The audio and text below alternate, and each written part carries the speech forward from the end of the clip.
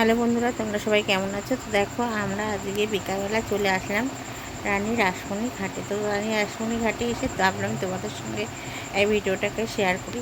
দেখো তোমরাও কেমন লাগে। দেখো এখানে একটা মন্দির আছে, শিব মন্দির। তো এখানে শিব ঠাকুরও আছে, নানান ধরনের সব রকম ঠাকুর আছে, বজরংবলী আছে, আর সব ঠাকুর আছে। তো তুমি মন্দিরটা তোমাদের ঘুরে দেখিয়ে দিচ্ছি।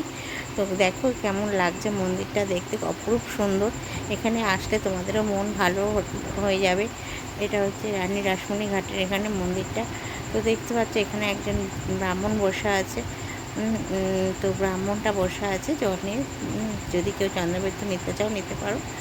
তো এখানে দেখো কত আলাদা আলাদা ভাগে ভাগে ঠাকুর আছে। তো দেখো ঠাকুর দর্শন করে আমি বাইরে বেরিয়ে গেলাম। তো বাইরেটাও তোমাদের দেখিয়ে দিচ্ছি। দেখো বাইরেটাও কত সুন্দর। আর বাইরে এখানে অনেক লোকজন বসে আছে।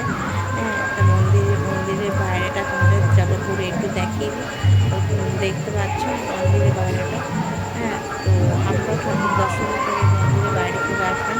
বাইরে এসে ভাবলাম চলো তোমাদের বাইরেটা দেখি। আমরা এখানে কিছু খাওয়া দাওয়া করে নিই। তো কিছু খাওয়া বলতে এখানে ফুচকা বিখ্যাত। তো দেখো আমরা এই চাটনি ফুচকা নিই। এখানে 10 টাকায় 6টা চাটনি ফুচকা দেয়। তো দেখো, আর 10 টাকায় 10টা ফুচকা দেয়। তো এখানে ফুচকা পাড়াও বলে। এখানে ফুচকা খেয়ে দেখো, ফুচকা খেয়ে নিলাম। ফুচকা খেয়ে আবার তোমার ঠাকুর দর্শন করবো আমরা। ফুচকা খেয়ে ঠাকুর দর্শন করে টোটোতে উঠে গেলাম। টোটোতে উঠে আমরা আবার রওনা দিলাম। তো যদি ভিডিওটা ভালো লেগে থাকে অবশ্যই আমার চ্যানেলটাকে সাবস্ক্রাইব করো আর ফলো করো। আর আমার নতুন নতুন ভিডিও তোমরা দেখতে থাকো। বাই ফ্রেন্ডস, যদি ভালো লাগলে অবশ্যই আমার চ্যানেলটাকে সাবস্ক্রাইব করো, ফলো করো। বাই।